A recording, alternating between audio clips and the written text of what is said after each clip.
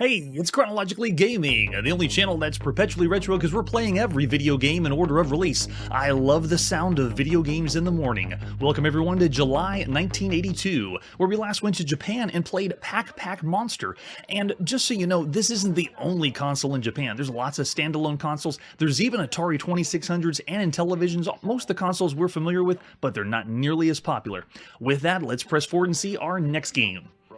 We're back in North America for the release of Demon Seed for the TRS-80. Oh man, Demon Seed sounds like a heavy metal album, and if you look at the front of this box, this is technically the one for the color computer, which we're going to see later, but the very first release of Demon Seed, this looks like a poster that should be on your wall. It obviously is telling us we're going to play some Phoenix, but I mean, look at this. I want this on my wall right now. Very well done artwork for the front of the box, but other than a few screenshots, that's all we have for Demon Seed. Let's pop in and play. This is Jeffrey Sorensen and Philip McKenzie in July 15th, 1982. Done by Computer Shack.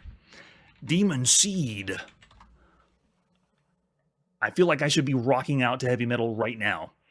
Or I'm familiar with, I'm sure there's movies that are made with Demon Seed. There probably is a heavy metal album called Demon Seed.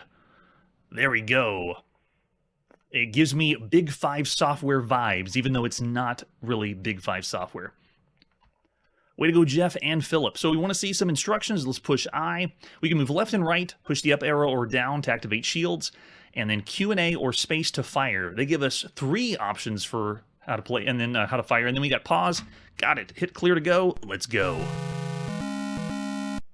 Nice. Diddy on the TRS-80 is very, very rare.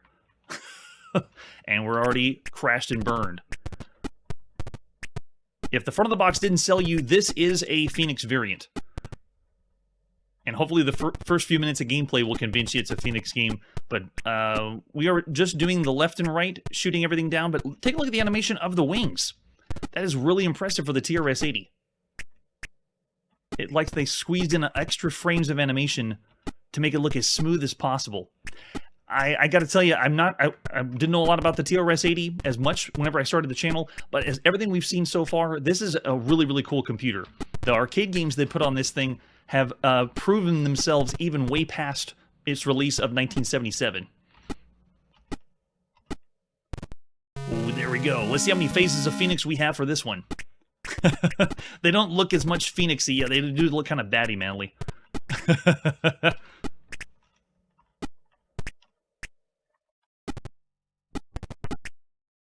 If you're expecting more sound effects or sound, wouldn't get too much from the TRS-80, especially since we're now starting to see just a sprinkling of video games adding sound while you're playing the game. It's very, very rare, and here on the TRS-80, I wouldn't expect constant music or sound effects going the whole time. Those bleeps and bloops are what you get, and if you had this computer, you'd be satisfied and happy. Hopefully arguing with people on the school ground on how good the TRS-80 arcade games are. I would, if that's all I had. Wait for it. Come on. How many shots? Okay, so it's one single shot at a time. Can't fire anything multiple off. Oh, here they come. Oh, there they are. Okay, that was just the bats, I guess. Oh, the explosion of shrapnel is a nice touch. They have a rain of hellfire coming down on us. Yeah, I like the animation done. The way they're swooping in, though, the kamikaze style is tricky to get used to. As usual, if you can get the head, the whole thing falls apart. And it is changing my ability to fire a little bit more than it did before.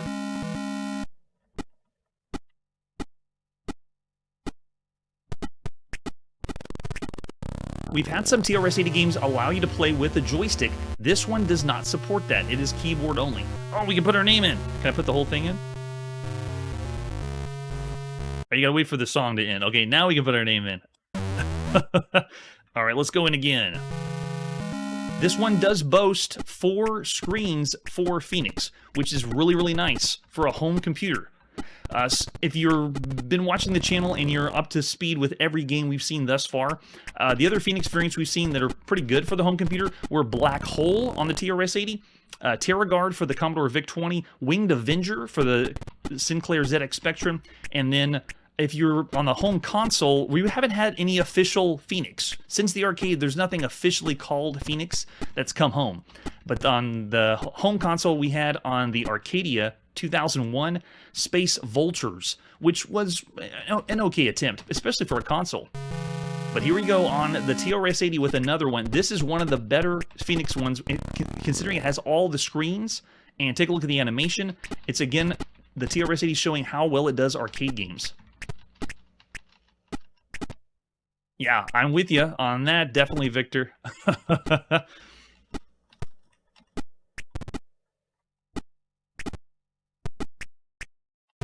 It's really the testament of how well everyone's been programming for this computer.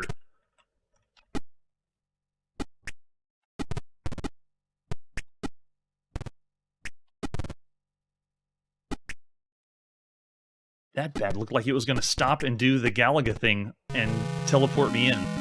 We haven't seen any game attempt that mechanic in a video game since we saw it in the arcade. So no one's tried copying Galaga. We've seen plenty of Galaxian, Phoenix, Space Invaders, of course, but no one's tried Galaga yet, or at least one we couldn't pinpoint that this is definitely Galaga brought home.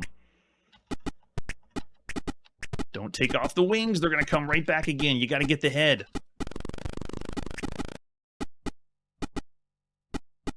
They keep growing back, or they move faster and fly down at you.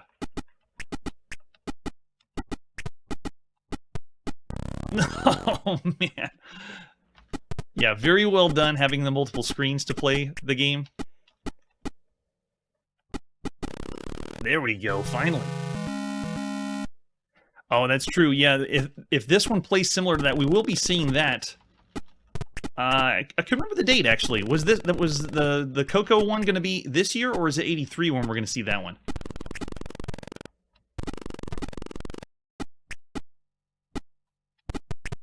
Oh, no. Okay, this is our last life. That was it. So while we saw two screens here for the quick taste of Demon Seed, still gotta love the title. It is a very, very good game. One of the very good ones you could have played, especially if you wanted to play something that was close to Phoenix, as close as you could at this moment in time. All right, so of all the games you can see on a home computer, what would you give it? Is this pretty average? Is this above average? Is this a great game? Or is this one of the best computer games you could play at the time? I'm going to say for Demon Seed, this is either a 3.5 or 4-star game. Considering if you think of all the other games close to Phoenix or a shooter, this is excellent. That's right. It might be 10 years when we'll see this. I think it's 1983 as well, and it might be 10 years later. I've already been going through 1983. There's so many games. It's going to take a long time. Yeah, I'm going to go 4 stars. A great time. We only saw 2 of the screens, but just keep in mind, you have even more than that packed into this game. Just a great, great package. All right, after Demon Seed, let's see our next game. We're now on the Apple II, and this is Guadalcanal Campaign, the latest by SSI. Let's take a look at the box. Now, you gotta admit, even if you're not a war game fan, a board game fan, a strategy fan, look at the front of this box. That just screams look, it's just so polished. Look at the logo. The logo makes you want to play a video game. Well done, SSI. You can see inside of there, we got the battleship and... oh man, all the planes. Flip it over in the back, and as usual, SSI has way too much information because whoever's buying this in the store is going to read about it. This is the very first monster computer war game, and they aren't kidding. They have some examples of the screenshot showing you text. There we go, yeah, look at that, text on the left side. If you think this game's full of giant apes and squids slugging it out, this is not for you. Oh, they're even making fun of Donkey Kong. Put this box down right now. Start looking for some of our space, fantasy, sports, and general topic games. That's true. You need to be a hardcore war gamer, a hardcore board gamer.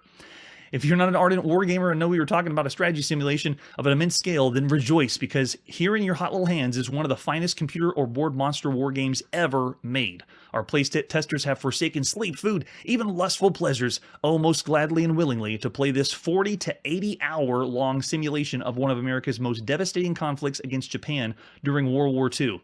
And all have proclaimed it a superb game, some considered SSI's best to date. To fully describe it, you have to have a hands-on experience, And we are going to get a little hands-on experience, but we don't have, what is it? We don't have 40 to 80 hours. This is the longest, biggest strategy game of all the ones so far. This is immense. All right, so other artwork we have for Guadalcanal Campaign. I'm probably going to tongue-tie that one up. Inside the box, you have several things. Do they tell us on the back? They don't. So the first thing you get is a map of the area, and you're going to be seeing this from the top-down view. Breaks down the land, ocean, landmarks, and so forth. The Henderson Field, and then where you're going to be, units are going to be placed. And then you also have your reference card telling you all the different commands. And, of course, you have the search success frequency. So this is telling you whenever you move your units around and how you attack, what's going to happen with them. All these are mandatory. You have to have all the pieces in the box to play this war game. And then on the side, here we go, it gives you some more stats about the game. There's 4 games included, including the Battle of Coral Sea, 294 turn campaign game. That's right, 294 turns every time you play the game. That's why they say it's a 40 to 80 hour strategy game. You can make fast slot runs to resupply the Guadalcanal, and they have hidden movements, carrier battles in the day and night, 2-player against the computer. If you want to play a single-player game, you can, but you don't have to. There's our 5 1/4 floppy disk of a Guadalcanal Campaign with the sleeve by SSI. Nice touch. Here's our manual, and like I've described with most strategy war games, I cannot do it justice here on the live show. I'm going to include links down below for the Wargaming Scribe. His channel and what he's done on his website goes into way more depth playing the game and really gives you a sense of what it's like to play now if it's worth your time. In July 1982, though, if you're a hardcore board gamer, this might actually make you want to buy a computer for the first time. That's how good this is. Or I should say in depth. So we're not going to go through the entirety of the manual. It is very, very complicated. Lots of information here. Guadalcanal Campaign is an operational level game featuring combat between U.S. and Japanese air, land, naval, surface, naval, and submarine forces for the control of Guadalcanal in 1942. Every ship, airplane, infantry, company available, and the Japanese and American commanders is now under your control. You'll have to organize ships into task force to perform various missions. You have sea, lane interdiction, and combat land bombardment. There is so much. I'm already getting tongue-tied talking about the game because of how detailed it is. Inside the box, you should have the game box, the rule book, the 5 1/4 floppy disk, and then those 2 data cards that we saw earlier when we looked at artwork. It allows you to save passwords. I hope it does, because if you're doing 40 to 80 hours, you're going to have to be able to save this to go back to the game. It tells you how to talk to the computer by typing in the phrases or the commands, and there's some abbreviations right here above my shoulder. They really break down more of the strategy game on a computer to help the board game, war game aficionado really get into the understand how the computer understands it. This also has a much better interface to help those board gamers get into playing on a computer. All right, so we got the map as a 44 square grid. Sequence of play goes with a scenario selection phase where you can make changes between the different units you have. Then we have an historical setup. It also breaks down the different campaigns. This one has a normal campaign game, the Coral Sea, Eastern Solomon, Santa Cruz, Guadalcanal, and Campaign 2. Lots of different ways you can play. You can play in daytime or nighttime sequence, and then the game's 40 to 80 hours. I mean, can you imagine how many times you're going to go back and forth between day and night cycle in the game? Just insane. So they break down what the task force adjustment phase is here. How do you load transports, sinking ships, air group, and making task force, combining units together to be more and more powerful. Changing fleet speeds, planning land attacks, air operations. There is so much here. Combat also is a big deal because you have to decide whenever your unit moves on to another unit space, what's going to happen in that situation. Lots to go through here. I saw Dwarf Fortress in the chat. I wouldn't go that far. I don't know if it's... I know it is complicated enough, but you are going to see lots of little pixels on the screen. This is definitely the way to go. All right, so we have also... repairing your ships, reinforcements, and then general operations. And each one of these is breaking down how to explaining to the casual, slightly casual person how they can do what they want to do as if they were playing the board game on the computer. So it is very detailed because they're trying to help the usual only board game person play on a computer. And I'm going to explain when we go into the game what they do to help you, because usually it was all on an interface that you just had to type everything in, but this one does a smoother job. Still no joystick control.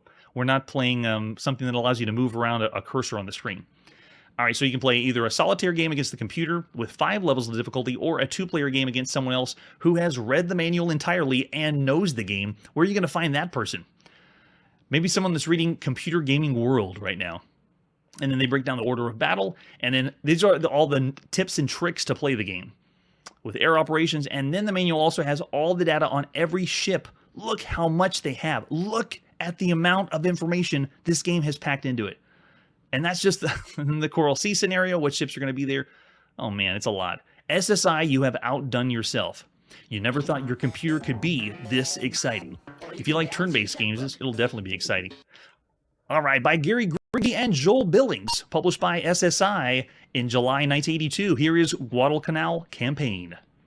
For this one, I'm going to have to speed it up because it takes a while to load. The first screen you get is if you want to do a new game, if you want color, black and white, if you want to do it by yourself. No one's here with me. No one would want to play a game for 40 hours with me in 1982. So I'm going to do a solitaire game, and then I'm going to switch up the difficulty to the easiest difficulty, and you can see all the scenarios to pick from. If you push 5, 6, 7, 8, 9, or 0, that switches out the scenario from Guadalcanal Campaign, Santa Cruz, Eastern Solomons, Coral Sea, and then if you want the sound on and off. And then spacebar to go, and I am fast forwarding, so we are not experiencing the true feeling of playing a game in 1982. Let's load the Guada data. Quick, check the Guada computer. And we are in. It is August 7th, 1942. Now we've gone way back in time. Way further than chronologically gaming has ever been. And we push C to continue. It's going to load up the map. Or actually, it's going to go through the first phase. I'm going to go space to continue. I'm not going to form any task force or combine anyone or divide. You can see all the options you have here for your first selection of changing up units. We're going to skip all that. And we say yes. Even though we didn't do anything, we're done. Now we go into the movement phase.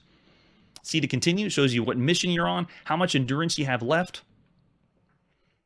And there we go. So we are in with the main map. It doesn't do a usual hex grid out over the top. You just have to imagine the lines are there. Now it shows you how much movement we have left. For this unit, I have 10. It shows us our endurance. We're on mission C. And then it shows what you can do for commands right here on the screen to move around. Other SSI releases, you had to be looking at the manual to know which commands to type in. So the first unit that was blinking tells us it's the bottom one on the blue, the blue on the side there. And then if I want to move them, for example, to the east, I would do 3, and then it automatically is moving the unit to the side, and it's all displayed on the screen. So it's, in a way, a slightly notch above the usual strategy game by SSI. So I'm moving around. You see I have 6 movement left. Let's go ahead and go northeast. So I'll go 2, and you can see the blue dot of my troops is moving that direction. Let's go ahead and head north, and we are done. We'll go ahead and stop. That unit is complete.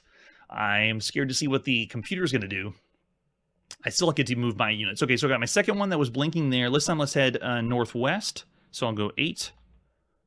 And it's essentially, I thought it was going to be the numbers that are around the number pad, but it's not. They kind of made their own way to do this. So I'm moving again my 1 unit to the top, and then I'm done with this move, and we stop. We're on mission T. And this is all part of the same turn. This is my last unit, the one that was flashing blue, and then we move over to the west. So we'll go that way, and you can see my unit moving. I have nothing left, and we'll stop there. Going to mission U. So there you go. This is the way you would play or move your units around in the war game of Guadalcanal Campaign. Now, this map that you see, you're going to get in the box an exact replica that you can use to help you. So I know you're looking at this and it's like the low resolution Apple II, but you also have one by yourself. You're also going to have the manual. Lots of different things in front of you besides just the game. But this one has just a few tweaks, making it a better quality for those board gamers to get used to playing on the computer. That's right. I don't want to immerse you in the 1982 world and continue playing it takes a long time. This one also is done a little bit better when the computer wants to make a move. You're not having to wait a long time. You can't just go get a drink, go make some tea, and then come back for the computer to make their turn. All right, so I couldn't do it complete justice because it is a massive game. This is crazy big. Now, if you were to play this nowadays, while they had great reviews in the magazines at the time, and Guadalcanal Campaign was a impressive feat for SSI, if you were to consider it now, it'd be obsolete, it'd be outdated, considering the other strategy games you could play. But for this release, because it has a few changes of quality in strategy games and gets those board gamers to start playing with computer games, and it is a niche genre if you have to be into strategy games, this is still a great title to play. I'm going to say 4 stars of all the computer games you could play right now. This one is the... I want to be so epic with war games that I want to get the best one. If you went to a computer store right now and they said, you went in and said, I want to play something that's going to be the most detailed computer war game that you have, this is the one. This would be the ultimate. Yeah, that's true. It is not everyone's cup of tea, but I'm still going to go 4 stars. I'm going to give props to SSI for Guadalcanal Campaign. And please check the links down below. We got some for Wargaming Scribe that he goes into a lot more detail and really does the game better justice. All right, with that, let's see what our next game is. We're now on the TI-99 4A computer, and this is Parsec. Don't adjust your screens. That is Bill Cosby on the left side. He is advertising and selling the TI-99 still at this time. Let's take a look at the box for Parsec. Very nice, colorful sci-fi. Now, we understand we're going to play a space game and a shooter game by the front, but you can't really tell what direction or what's happening. It does look like an apocalypse-style game. We're going to blow up whatever that is on an alien planet. The manual usually in the TI-99 is inside of a sleeve that looks like this. Texas Instruments kind of plays like IBM PCs. If you can see, it says application software lambasted on the front. Not the best. It makes you feel like you're going to buy a word processor game or something. And then you flip it over the back, it says nothing about the game. TI-99 just tells you about the disk software, how the command module has solid state software, and then, yeah, it's just about how good the software and hardware is, not about the game itself. However, if you had magazines at the time, this is the ad you would have seen for Parsec. You hover on the fringe, 5 parsecs from initiation of your mission. Your culture is tired, in need of a new vitality. The chamber can duplicate the essence of life from any species, and you're about to start your collection. What fate awaits you on this unique mission? Is it true that cultures opposed to your sampling have been prepared for their defenses and stand ready to resist your intrusions? Wow, they even made lore and story for this. The first module you take off through Environ presents Parsec, a graphic space adventure unlike any you've played. Parsec creates this with a graphics editor, simulates deep space on your TRS-80 computer, creating action-filled, play-filled microcomputer, Parsec, and so forth. Yeah, it's also on, I believe, other computers besides just the TI-99. Oh, that's a good point for a 16-bit computer. I saw it in the chat. Props for all the TI-99 4A fans. Still terribly titled. Is there a fun, cute name for the TI-99 4A, like the Coco for the color computer? Do they call it the TI? What's the cool? How do the cool kids call that computer? And then we have the cartridge that you pop in with an example of the screenshot. We also have the manual. Let's open it up. How do we play some Parsec? So the quick reference guide tells you what to do on the computer. You're going to move your starship left and right, fire up and down, lasers, start a new game, return to the screen, and master title screen. And we have wired controllers, so we will be playing with the TI-99 joystick. Fly into combat with the starship Parsec. Destroy rebel alien fighters and cruisers by outmaneuvering them and laying down withering fire from your laser. Then try to survive the deadly asteroid belt. The solid-state cartridge, and they keep saying that, but it's not the solid-state we think of. But it is a cartridge, which is a nice touch. Programmed by Jim Dramus and Paul Urbanus. Way to go, guys. You are the commander of the starship Parsec, patrolling an alien planet. Suddenly, the onboard computer announces you're about to come under attack by a small alien fighter and large, heavily armed, hostile alien cruisers. So what do we got to do? We got to destroy all of them. And then we have our photon torpedoes. They track our ship and fire on it. You must outmaneuver and destroy them by accurate fire of your ship's laser. If you survive the waves of alien craft, do not let your guard down. You'll have to blast through an asteroid belt or refuel your ship, demanding the utmost in skillful flying. Parsec is a one-player game. There is a possibility you could play with 2, even up to 4 people on this computer, but no, this is only 1 player. You can use your wired remote controllers. It's designed to work with the Texas Instruments solid-state speech synthesizer, which is sold separately. That's right. On the home console area, we've had the voice synthesizer on the IntelliVoice, and now here on the Texas Instruments, this is the first game we've ever played with their speech synthesizer, the solid-state speech synthesizer. And it shows us how to insert the cartridge. Oh, it doesn't show us how to insert the speech synthesizer. All right, so after you selected Parsec, when the title screen appears, press any key to go to the game, wait a few seconds, and then you'll start patrolling in your ship, the Parsec.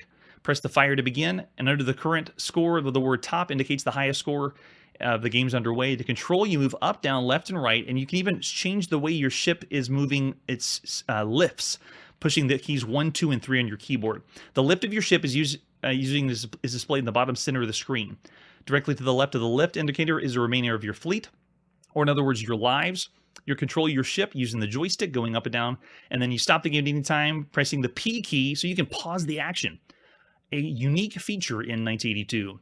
After going to the game screen from the title sequence, press the fire for the wired remote. Is this the same one? Okay, this one shows you all the aliens. So the first screen has alien craft advancing. It's going to talk to us and tell us the alien crafts that come by.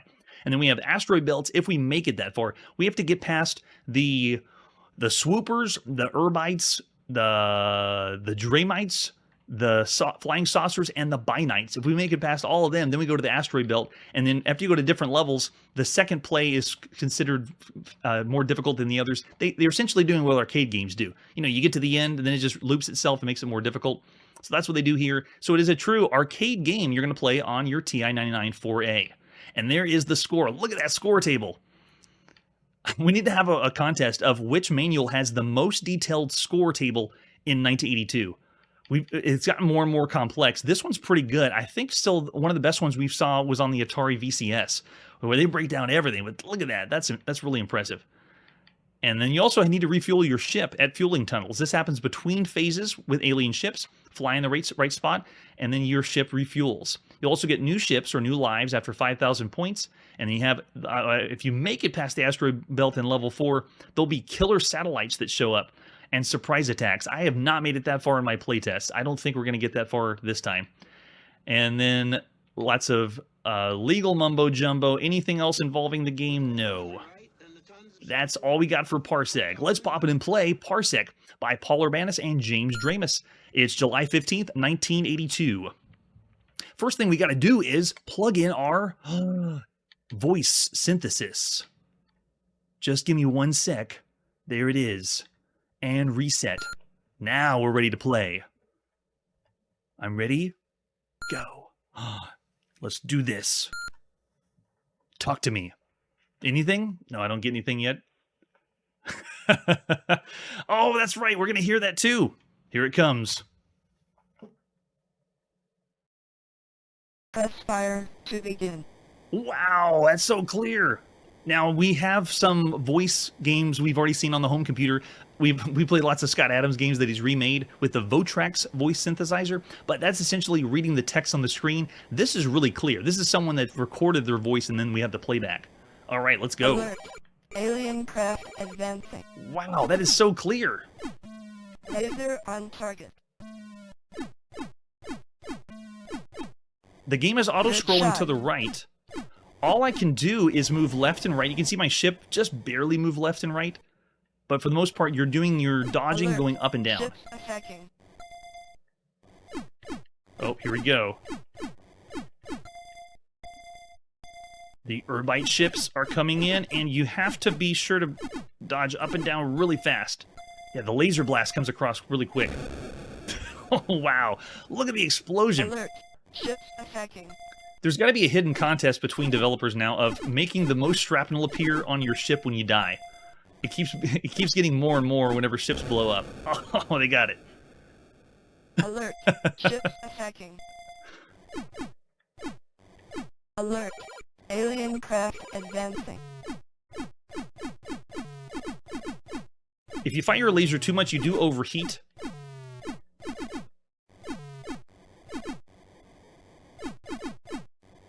But again, I gotta say, the voice adds another level to the game. I played it without the voice. It's not as much fun. It feels like you have an onboard computer talking to you. No, man. Alert. Alien craft advancing. Look down at the bottom. They hit a TI-99 logo. We're on planet TI-99. You can crash into the surface if you go too far down. The starfield's a really nice touch, too. Makes me think of we're kind of playing Moon Cresta or Galaxian. Alert. Ships attacking. Okay, here come the Dreamite ships. Good gosh, they're so fast. We're already running out of lives pretty quick. Alert. Ships attacking.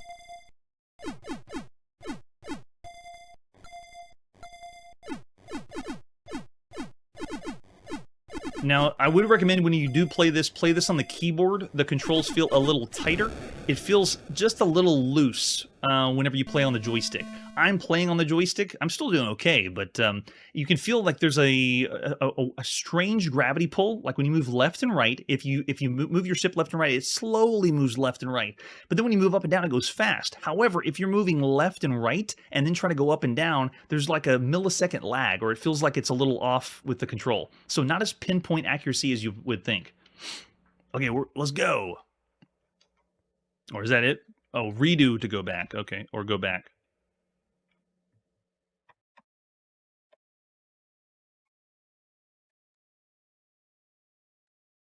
You gotta admit, though, the way the game looks as far as a scrolling shooter to the side is pretty cool. And this does have the game mode of asteroids, or the asteroids flying across the screen, if you can get that far. But Parsec does a really good job of having a shooter do this on a home computer. We have played Defender variants and Scramble variants at home. This one is another, not really a Scramble variant because you don't have the bombs, but you are auto-scrolling to the right. It plays it plays okay for the time. I can't give it high marks, but I'm looking in the chat now. Of all the games you could see on the home computer or play on the home computer, I would say Parsec is still around the average range. Maybe slightly above average. It's not doing too much to go above that, and kind of the reason why is the control. It doesn't have like a amazing control that drives you in. The best one I can think of right now that we've seen that does a Defender variant or a horizontally scrolling game was Planetoid on the BBC Micro, because it was meant to be pretty much exactly like Defender. It was quick, it was responsive, it worked really well. Oh, that's true. Yeah, we could have gone with a redo button. If you're not familiar with the TI-94A, there is a button at the bottom where you have to use a function key and then the redo button to go back. So they have key combinations to move around. All right, so yeah, I'm thinking around the above average range for Parsec because it does look the part, and you can tell that they spent a lot of time on it. It just doesn't have as many game modes as the other releases we've seen, but it is fun. I'm going to say 3.5 stars of all the games you could play on a home computer. Yeah, oh, I'm seeing Mark and Amanda throwing theirs out there. Yeah, so I'm saying 3.5 as well. All right, after Parsec, let's see our next release. After this commercial break. Intellivision in Japan. 16-bit CPU.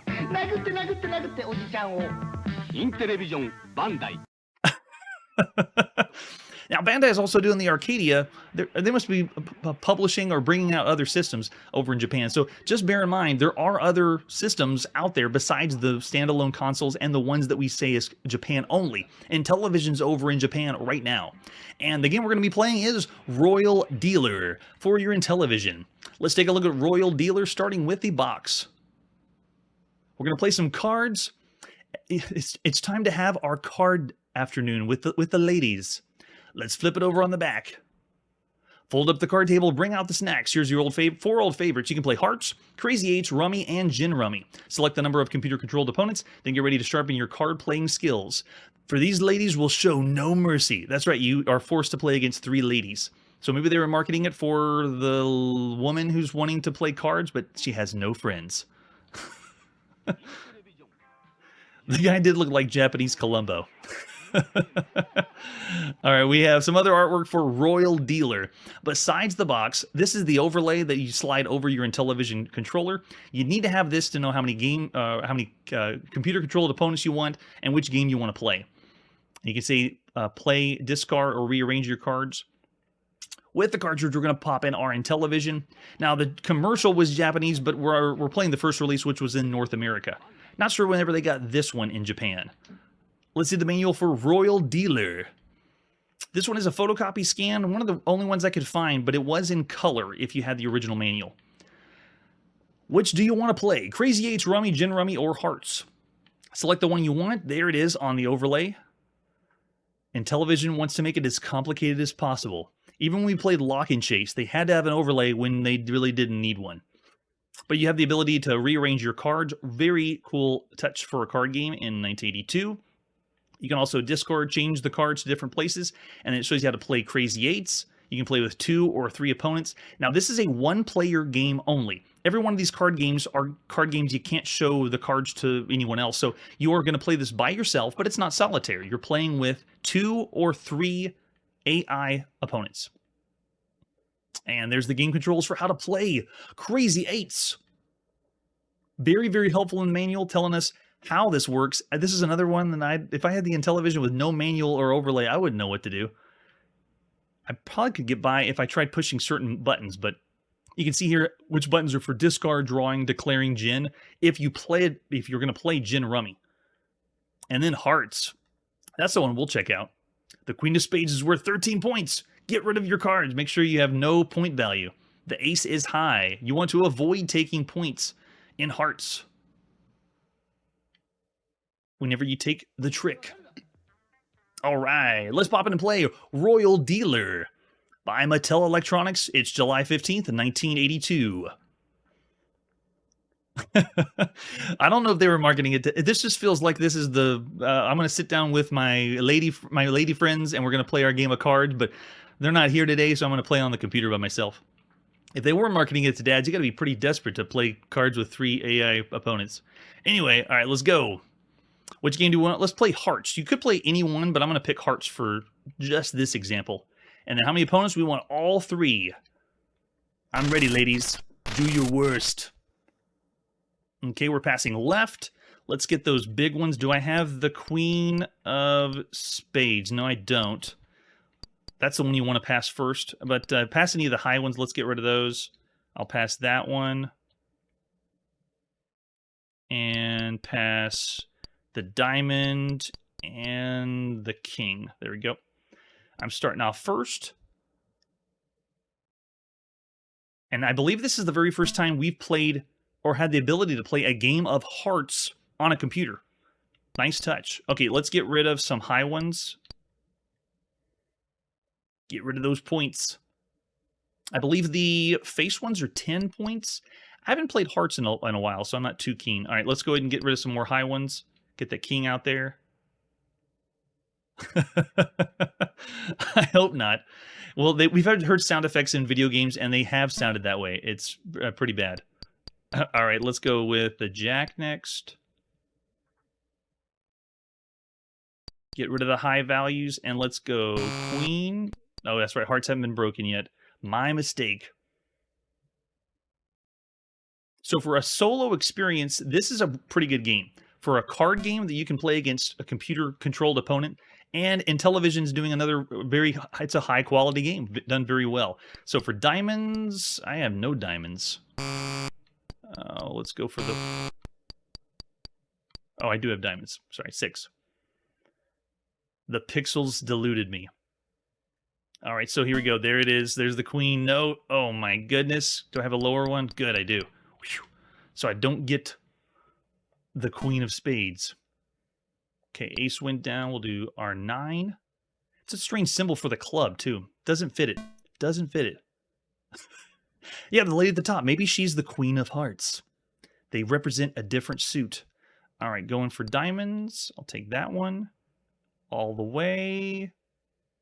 And now hearts have broken. Let's get rid of... Oh, I don't want to take... Not yet. I'll have her take that one. And then now 8. I guess I'll have to take 1. I got a queen. So yeah, I'll have to do the Queen of Hearts. And I'll only play 1 round, because you get the idea of how it works. It's really cool that we can play against 3 computer players with hearts, and it gives you more options of other card games, too. There's the 8 of Spades. Nice. And then where's the points? Oh, we're doing great. Only 3. You want to go for a low score in hearts. So there you go. That is a quick taste or example of Royal Dealer on the Intellivision. There's other game variations you can play if you wanted to, but this is a pretty good game. For all the games you could play on a home console, I would argue that this is one of the best card games. Of all the console games we've seen so far, Royal Dealer is top-notch. But how would you rate a card game? Would you say that of all the games you could play on a home console, is a card game just bad because it's a card game? Or is Royal Dealer something that would be worth something? If you want to throw out some in the chat, again, our rating system is if you say the game's bad for all the games you can play on a home console, you're down here in the 2-star range. If you say it's about average, you're about here in the 3-star range. If you say it's a great or excellent game, you're in the 4-star range. And if you think Royal Dealer is one of the best games you could play on a home console, then you're up here in the 5-star range. Oh, very good. I'm going to see a 4-star that's thrown out there. Yeah, you can tell it's done very, very well. Yes. We need to play gin rummy with somebody, or maybe it would help the society that you can play gin rummy without having friends.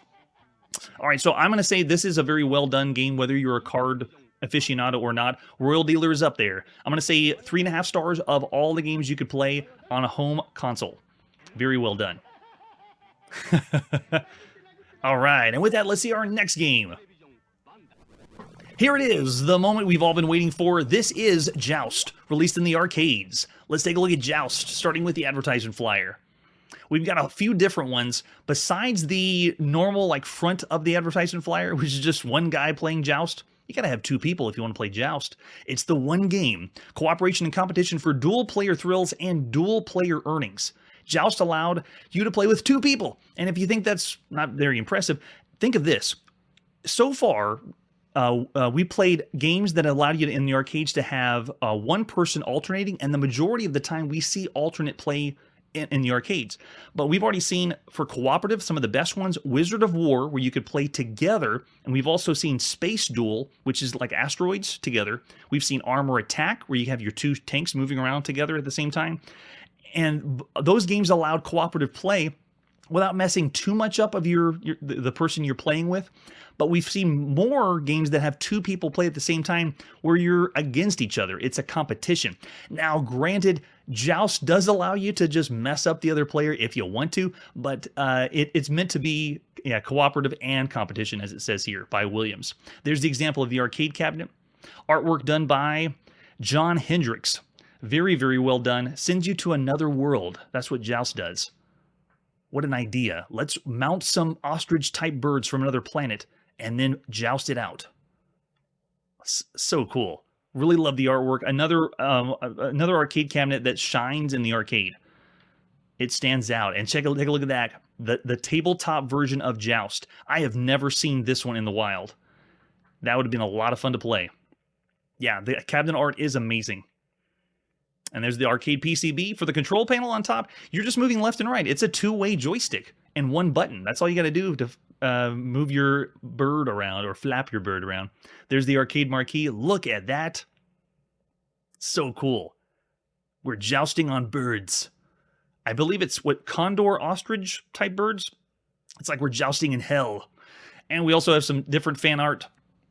There it is. That's the one I'm used to, seeing him come right at you. Nice. And he did come right at us with some examples of screenshots. Here's the manual you would have seen if you were the operator and bought your own Joust cabinet by Williams. Now, Williams isn't new to anything in the arcade. Williams has been around since 1946, putting out pinball and other cabinets. When they first started doing video games, it was in 1977. And the most popular games we've seen by Williams so far have been Defender and Stargate. And, of course, Robotron 2084, but that's what they published and developed. There was some games that they only published, but this is one they developed. Williams has done this game. This is a Williams game. Oh, that's true. That's a good point. This is one of the other ones I would still consider the classic golden age of arcade games. If it's the last one, I'd like to see, we'll say time will tell if it really is. All right, so we want to know what the game has for us. The joystick sends the... Oh, yeah, this is awesome. One of the best written manuals on any arcade game we've seen so far.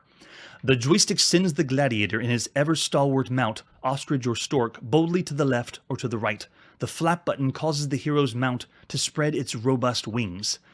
At some far distant time, two fantastic gladiators meet and square off for battle. Each is mounted on a fanciful bird of prey, ostrich or stork, whose wings can carry it from the cliff tops to the mouth of the abyss and hopefully back, or the bubbling lava below will increase its toll.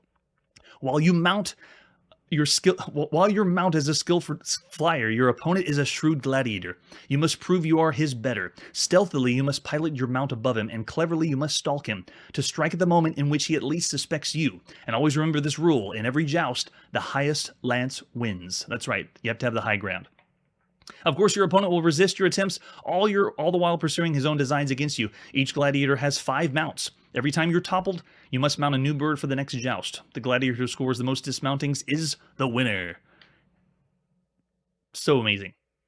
And they also have a high score signature if you do make it to the end, and it's designed for 1 or 2 people to joust together, hopefully as friends, because you can cooperate and work together. You don't have to destroy each other. And then the rest is bookkeeping. Don't care about that. Bookkeeping totals. And then game adjustments. We haven't done too many dip switching here on arcade games, but there's a lot of different ones you can change for this one. Oh man, this is excellent. So this was available in different labels: the red label, white green, and white red label. We're going to play the first one, the first availability of Joust, by John Newcomer, Williams Electronics. It is July 16th, 1982. Bring on the Joust. I'm like bathed in the fire of Joust. Oh, there we go. That just makes you think of Defender and Robotron 2084. The text, the font, it just looks fantastic. Oh, that's true. The 2 ones we haven't seen yet are Cubert and Burger Time. We will be seeing those shortly. Oh, yes. I just love to see the attract mode. This is what you would see when you didn't have the money, and you wish you did. Presented by Williams. It gives you a lot more color, considering the other arcade games that are out there. Joust, man, the artwork of the arcade cabinet would draw you in too. Welcome to Joust. To fly, repeatedly press the flap button. We have the how-to to Joust.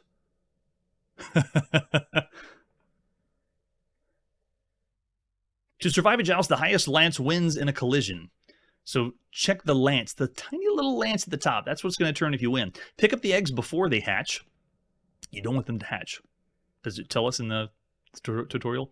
Meet thy enemies. We have the Bounder, the Hunter, the Shadow Lord. He's deadly. I hate that guy. Oh, man, they knock everybody out. It's so quiet here on the attract mode, too. Temporary safety until a control is pressed. So you stay there a little invulnerable until it's time. Oh, beware of the unbeatable pterodactyl. We know now it can be beatable. Funny that they put that in the attract mode. Yeah, that's right. Only 16 colors. It's done so well. All right, let's put a coin in. Let's go. That's what I remember hearing. And that, the incessant flapping of the wings. Wait, where'd your egg go, bro? Oh, there it is, out at the bottom.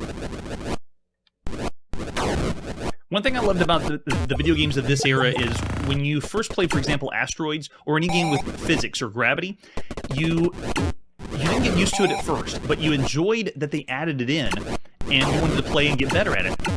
When I first played Joust in the arcades, I didn't understand it at first, what allowed me to win or not win at all, but I loved that I could flap the bird wings, or the bird had this feeling like I was in control of another creature, and they did it really well. Oh no, it hatched! I did want to see an egg hatch before we move on to the next one.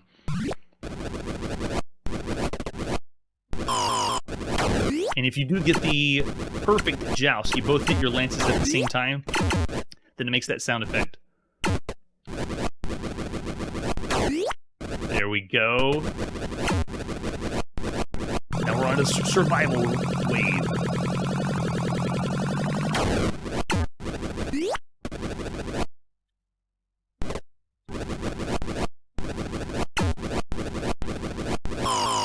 You also have to bear in mind, we haven't seen Mario Brothers or Bubble Bobble or anything like that, where we're on a single screen that is wrapping around left to right.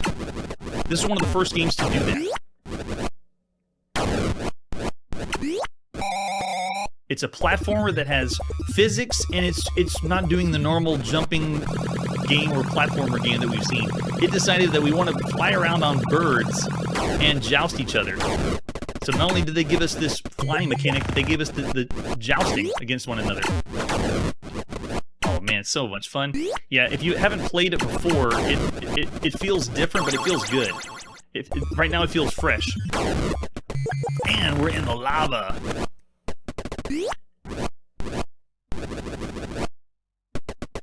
I love playing all these games in order because it makes me understand and appreciate more of what we've seen so far. And I just feeling and playing Joust just feels so cool.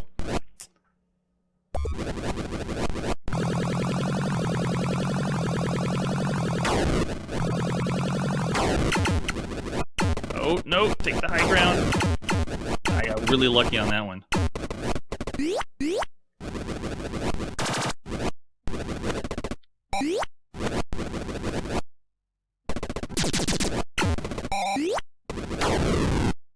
Thy game is over. Into your name, my lord. Can we put our whole name in? Let's see. No, it's just initials. Wait, no. That was not my whole name, but I'll just put in C.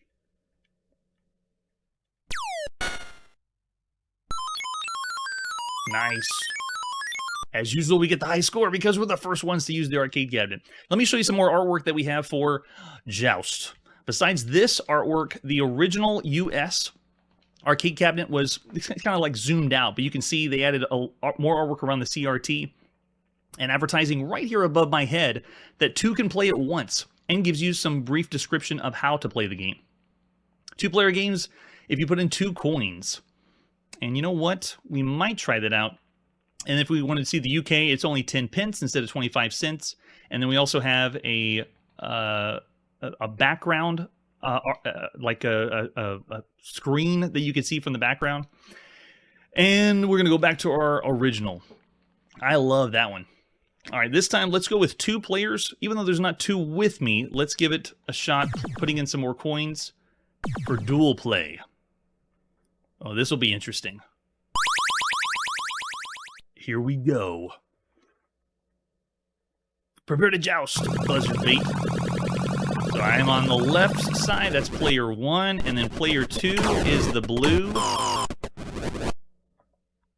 Wow.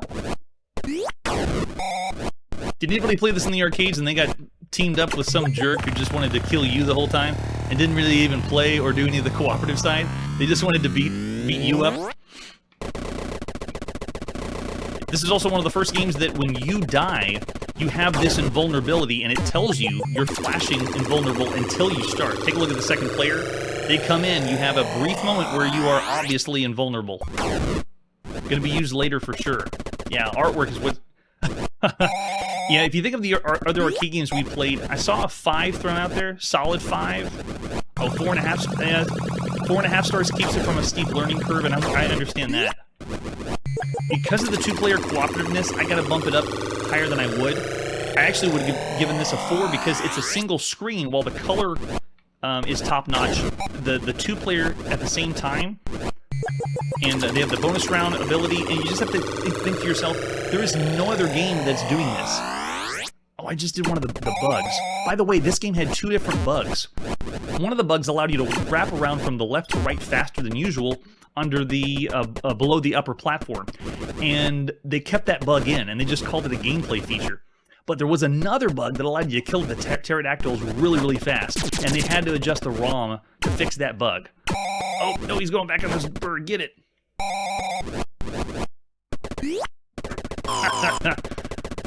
Oh, no bonus if you do player conflict. Yeah, there it is.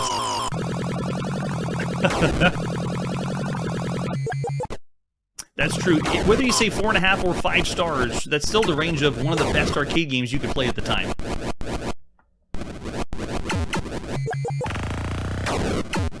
I also love how much work they spent on the artwork, the lore, the manual that we just read that the operators read. It's usually just giving you what the game concept is, and this one went above and beyond that. It actually gave you some lore and story in the manual, so you can tell that they spent more time on this and wanted to give you a better experience of a video game. Alright, let's put in fast initials here. High score. Alright, just one more game. This is so good. A big testament here on the channel is when we get to a game that I don't want to stop playing. That means it has to be at least above a 3. But this one is way up there. This is one of the best arcade games you can play in July of 1982, or everything we've seen thus far. It is impressive. I'm going to start being on the lookout now for when do we stop seeing Golden Age arcade games? Like when... We've already seen some obscure releases from Italy or Europe that were only released over there, but there are some video games known the world over. And when do we stop seeing those in the arcade?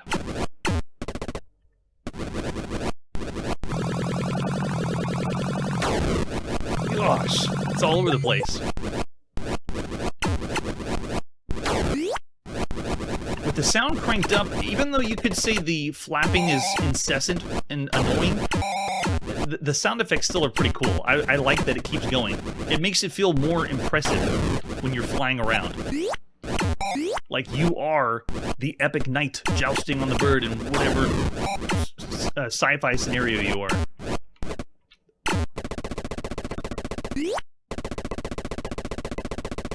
Oh, no survival points.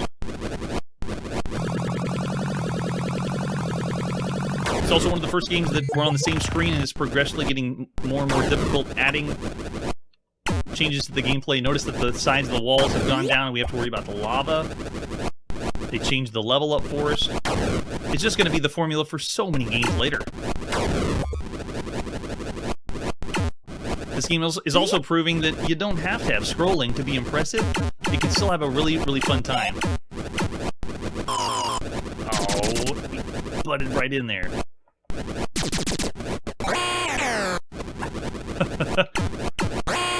Oh, there's the pterodactyl. I do not know the bug, or if this ROM was patched to fix the bug or not.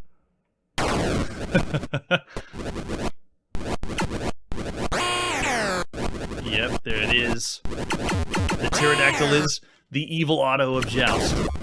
Oh, they got the high ground on me.